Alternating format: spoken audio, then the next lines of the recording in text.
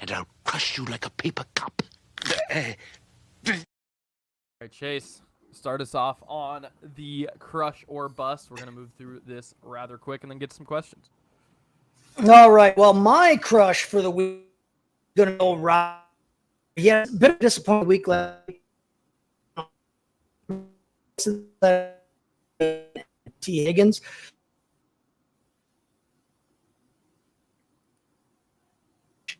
His long in that game was only 15 yards, so he was remarkably consistent. Catch there. He's averaging almost 10 targets a game on the year, and he's facing an Eagles pass defense right now that gives up the sixth most points fantasy wide receivers. They are particularly vulnerable to the slot. They've given up the second most points to opposing slot wide receivers there. Neighbor might play, okay, and I hope he does. But even if he does, that can only help Wan'Dale Robinson, in my opinion, as it will draw some coverage away from him. I have Wan'Dale Robinson as a high-end wide receiver 3 flex play, type for me this week. In Dan's crush, Dan is crushing on Tank Dell this week. Tank has an ECR this week, ranked all the way up at wide receiver 15. So if you're in a deep league, he's a wide receiver 1 for you. Dan says, hey, Tank Dell had a 91% route share last week, a 28% target share without Nico Collins. Nico Collins should still miss this week. I said that I don't expect Stephon Diggs to continue, being a top 10 type wide receiver. Tank Dell is a big part of the reason why. Dan loves Tank Dell this week. That's his crush. Cool. Chris, what you got? Guess who's back, Adam? Cooper Kupp, ECR 22. Woo! What are people, stupid? Last time we saw this guy out there, he's getting 22 targets for this offense, returning to an offense that still has Kyren Williams, Matthew Stafford, back or no back injury, is going to be out there. I love Cooper Kupp. In week 1 or not, he's going to be healthy. We know the Rams are going to be on the cautious side with this guy, so I have no problem putting him in my lineup because of most guys.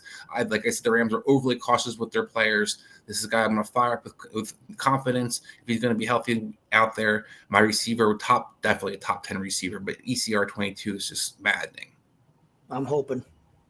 All right, I'm going to keep it simple. I want to attack this Browns rushing defense. They haven't been very good. They've been pretty kind of running backs. And finally, over the last 4 weeks, Chase Brown has taken over the red zone rushing role specifically. And last week, he finally overtook the snap count in general. Obviously, that game wasn't. Bengals always felt like they were in control, but they didn't necessarily get as far away to where that's going to impact the snap count. So I do think that's a genuine switch. And again, he had been already starting to take over the red zone rushing role. So Chase Brown, ECR has him at 21. I am very, very confidently playing him as a high-end RB2. Love Chase Brown this week. On to our bust. We can keep that same order. All right, here. Let me go through Dan's bust real quick. Dan's bust for the week is going to be Kyler Murray. Kyler Murray's got an ECR of QB 17. Dan has him actually ranked as QB 11, he says, but he's unlikely to have his top target in Marvin Harrison Jr. They're dealing with that concussion.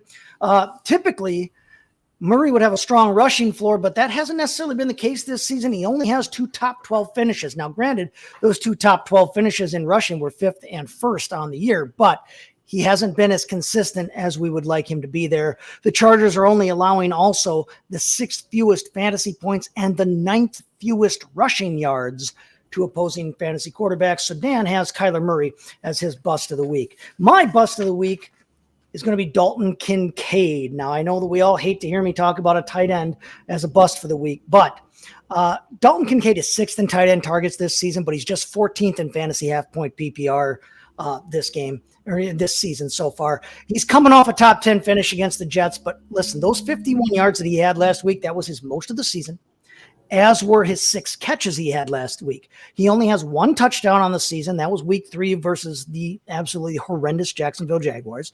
He's facing a Titans defense that allows the fewest points to opposing tight ends. And for those of you who want to claim that he's just a big slot receiver and he's not really a tight end, oh, by the way, Tennessee also allows the 2nd fewest points to opposing wide receivers as well. They're a tough defense in general. Plus, the Bills have that shiny new toy there in the pass game for Damari Cooper. They could get James Cook back. you likely don't have a hands down better tight end option right now than Dalton Kincaid, but you're going to have to temper your expectations this week. There's not a lot to like about him in this matchup. I don't think Dalton Kincaid is my bust of the week. All right, my bust of the week. Sorry, Adam. I'm going to pile into the poor Colts, but Anthony Richardson coming back, which is super exciting, I guess, for Colts fans. It's not very exciting for receivers, pass catchers for that Colts team. And Josh Downs is a guy at ECR 32 this week. To me, he's not a receiver 3 to have in your lineups. Guy, I'm trying to figure out different options and then put him in my lineup. Look, Josh Downs been had a nice little stretch, but that was with Joe Flacco. He had a nice little stretch last year. It was Gardner Minshew. Him and Richardson have not had that connection that you're looking for. Richardson has yet to show that he can complete passes with consistency. So this is a guy that I'm very cautious when he returned this week, especially that passing attack. The Dolphins team seems like it's something you exploit, but they have some decent secondary players. I do not like the matchup for Josh Downs this week. Is the guy I avoid having my lap if I can. All right, keeping it at the wide receiver position, my bust of the week is going to be the ECR's wide receiver 25. That's Darnell Mooney, who I very much so like season long. I just think Atlanta's shown you that if they can run, that's what they're going to just do, take the easy win. And that's where Seattle's actually been, hemorrhaging to other offenses, right? They're an awful run defense, and they've been pretty solid against the pass. Detroit game notwithstanding, they've been solid outside of that Detroit event. And look, Detroit can make any team embarrassing. Just look at Jerry Jones. So I am staying away from Darnell Mooney. I think it's going to be very similar to this past week with Carolina, where the volume's just not there. Again, I like him season long, just don't think it's his week. Dan would like to clarify as well that the ECR has Kyler Murray at quarterback 11. He is the one who has Kyler Murray at quarterback 17. So he is lower than ECR on him. It's still his bust of the week there. And also I would like to just, point out real quick before we sign off here, Cam and Marcus, Dan did answer your questions in the chat there. We didn't get to him necessarily yet on air, but Dan has given his 2 cents worth in the quotes there. So let's take a look at what Marcus's question is here. Yeah, we get 4 players to keep. I'm sorry. Go ahead, Adam. We get 4 players to keep each season: Justin Jefferson, Amon-Ra St. Brown, Kupp, Amari, and Rashee Rice as top wide receivers. Should I trade Rice for Brian Thomas Jr. or Rice and Kupp for Tyreek Hill? If you're trading any of them, it would be Brian Thomas Jr., but I don't think it's worth it personally. I think it sounds like you have the depth that you're safe right now, so you may as well. I think Rashee Rice is a better player than Brian Thomas Jr., who I think is becoming a very good player in his own right, but I'd rather have Rashee Rice. Yeah, I don't think it's a move you have to make. I don't think it's a move you should force yourself to make. And if you're weak at the wide receiver position, I would get it. But you're trading one for another. Sure. And you're talking about keepers. There's no guarantee you keep. There's no guarantee you keep either one of those coming into next season as well. One of the mistakes that people make when they talk about keeper leagues is they tend to look at keeper leagues more like dynasty leagues. No, you need to look at a keeper league more like a redraft league. Don't play for next season in your keeper league, because if you play for next season in your keeper league, you're not playing for this year. And great, you get to keep 2 guys, you get to keep 4 guys, you get to keep 1 guy, whatever. Look at your keeper leagues as redraft leagues, not as dynasty leagues. Don't play for the keep, play for the win this year. Agreed. Half-point PPR, you give Waddle, Javonte, and Kareem Hunt for Achane and Wandell. Have Pacheco on IR and James Conner as the other RBs. So give Waddle, Javonte, and Hunt for Achane and Wandell. Chris, what do you think?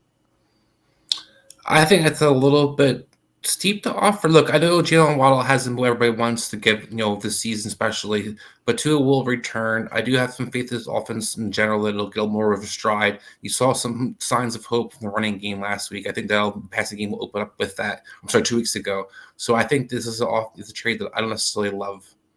Yeah, to add on to that just quickly, and Chase, you can chime in as well. Go ahead. I think Javonte, I would wait at least until a little bit longer, because I think a sell opportunity could come up. This is a really good matchup this week for him. If that's a redraft league, yeah, I'd probably do the trade. If it's not, if it's dynasty, no way in hell. This is our last question. Looks like Adam. Sure. Michael Wilson or Bub Means as the wide receiver 2, full PPR on the bye week. I'm so sorry this happened to you. Yeah. Chase. It's not a joke. Does anybody not think it's Michael Wilson? I think it's Michael Wilson. Yeah. Chris? I want to say Michael Wilson, but I'm a Michael Wilson hater. I'm going to go with Bud Means, guys. Look, no Patrick Surtain for this Denver Broncos defense.